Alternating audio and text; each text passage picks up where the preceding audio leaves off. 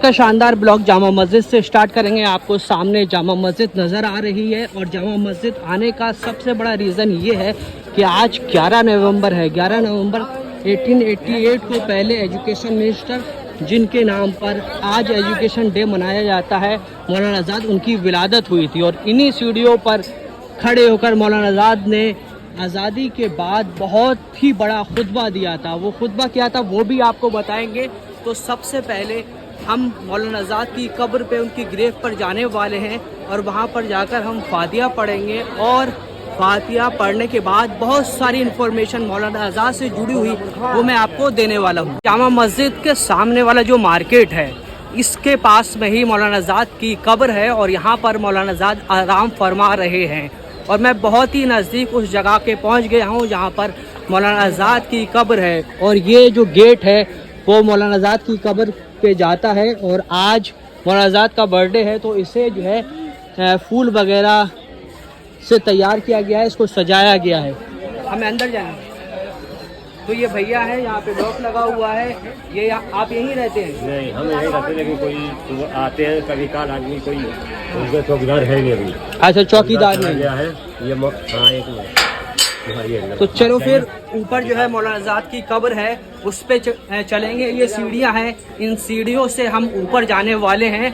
और ये जगह है जहाँ पर मौलाना आज़ाद आराम फरमा रहे हैं। इसको आज मौलाना आज़ाद के बर्थडे के दिन और 11 नवंबर है, एजुकेशन डे है, उसके ख़ास मौके पर इसको बहुत अच्छे तरीके से सजाया गया है। और आज बहुत सारे लोग मौलाना आज़ाद की कब्र पे फातिहा पढ़ने आए होंगे। और मौलाना आज़ाद बहुत ही अजीम लीडर गुजरे हैं। मैं बिल्कुल ही नज़दीक पहुंच गया हूं मौलाना आज़ाद की कब्र पे और आपको दिखाने वाला हूं ये सामने जो शख्सियत आराम फरमा रही है, ये मौलाना आज़ाद हैं।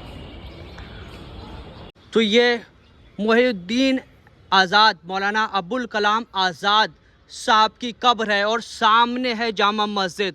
इस तारीख़ी जामा मस्जिद में मौलाना आज़ाद ने आज़ादी के बाद अक्टूबर के महीने में एक बहुत अजीमुशान खुतबा दिया था, जिस खुतबे की वजह से बहुत सारे लोग पाकिस्तान जाने से रुक गए थे। मौलाना आज़ाद ने मुसलमानों से खिताब किया था और इस खिताब में मौलाना आज़ाद ने मुसलमानों का जो खूबसूरत इतिहास था उसको याद दिलाया था। और आने वाले मुस्तकबिल के बारे में भी मौलाना आज़ाद ने बहुत सारी निशानदेही की थी। और मौलाना आज़ाद ने मुसलमानों से कहा था कि इस हिंदुस्तान की तकदीर मुसलमानों के बग़ैर कंप्लीट नहीं है। उस खुतबे को सबसे बड़ा खुतबे के तौर पर देखा जाता है, माना जाता है। और वो खुतबा दिया था मौलाना आज़ाद ने। और ये जामा मस्जिद आपको नज़र आ रही है, यहाँ पर खुतबा दिया गया था। और यही वजह मानी जाती है कि मौलाना आज़ाद ने जो अजीमुशान खुतबा दिया था जामा मस्जिद पे, उसी खुतबे की वजह से उनको यहाँ पर दफन किया गया है। तो ये आप ये देखिए, ये पूरा कॉम्प्लेक्स है, चारों तरफ से आपको दिखा देता हूँ। अच्छे तरीके से सफाई वगैरह है इस वक्त और फुलवारी वगैरह अच्छे से जो है यहाँ पर चारों तरफ लगाई गई है। और ये पूरा कंपाउंड है और यहाँ पर इस कंपाउंड में, इस जगह पे मौलाना आज़ाद आराम फरमा रहे हैं। पहले एजुकेशन मिनिस्टर रह चुके हैं मौलाना आज़ाद। 1951 या 52 में भारत में पहला इलेक्शन हुआ था तो मौलाना आज़ाद ने रामपुर से चुनाव लड़ा था और रामपुर के पहले सांसद मौलाना आज़ाद बने थे। और पहला इलेक्शन जीतने के बाद पंडित नेहरू साहब की जो कैबिनेट थी उसमें मौलाना आज़ाद को जगह मिली और पहले एजुकेशन मिनिस्टर मौलाना आज़ाद बने। मौलाना आज़ाद ने तालीम के लिए बहुत सारा काम किया, बहुत सारा काम तालीम के मामले में मौलाना आज़ाद ने किया। और मौलाना आज़ाद खुद एक बहुत बड़े तालीम याफ्ता शख्सियत थे। मौलाना आज़ाद एक पोइट भी थे, राइटर थे और इनिशियल डे में वो जर्नलिस्ट भी रहे थे। उन्होंने बहुत सारे जो है मैगज़ीन या न्यूज़पेपर निकाले थे। तो मौलाना आज़ाद खुद एक बहुत पढ़े लिखे व्यक्ति थे और उन्होंने جب پہلے ایجوکیشن منسٹر بنے تو تعلیم پر بہت زیادہ زور دیا. اسی کی بنسبت ایجوکیشن ڈے مولانا آزاد کے برتھ ڈے کے دن منایا جاتا ہے. 1992 میں مولانا آزاد کو بھارت رتن دیا گیا. مولانا آزاد کی پیدائش جو 11 نومبر کو ہوئی تھی وہ بہت ہی عظیم الشان اور بہت ہی مسلمانوں کے لیے مقدس جگہ مانی جاتی ہے. مکہ، وہاں پر مولانا آزاد نے جنم لیا تھا اور دفن مولانا آزاد یہاں پر ہے. 22 فروری 1958 کو مولانا آزاد اس دنیا سے الوداع کہہ گئے اور ان کو اس جگہ پہ دفنایا گیا. آج لوگ آئے تھے یہاں پہ؟ ہاں آئے تھے. اچھا، ڈیلی آتے ہیں لوگ؟ نہیں ہاں ڈیلی آتے ہیں، فاتحہ پڑھنے والے ڈیلی آتے ہیں. اچھا، ڈیلی آتے ہیں.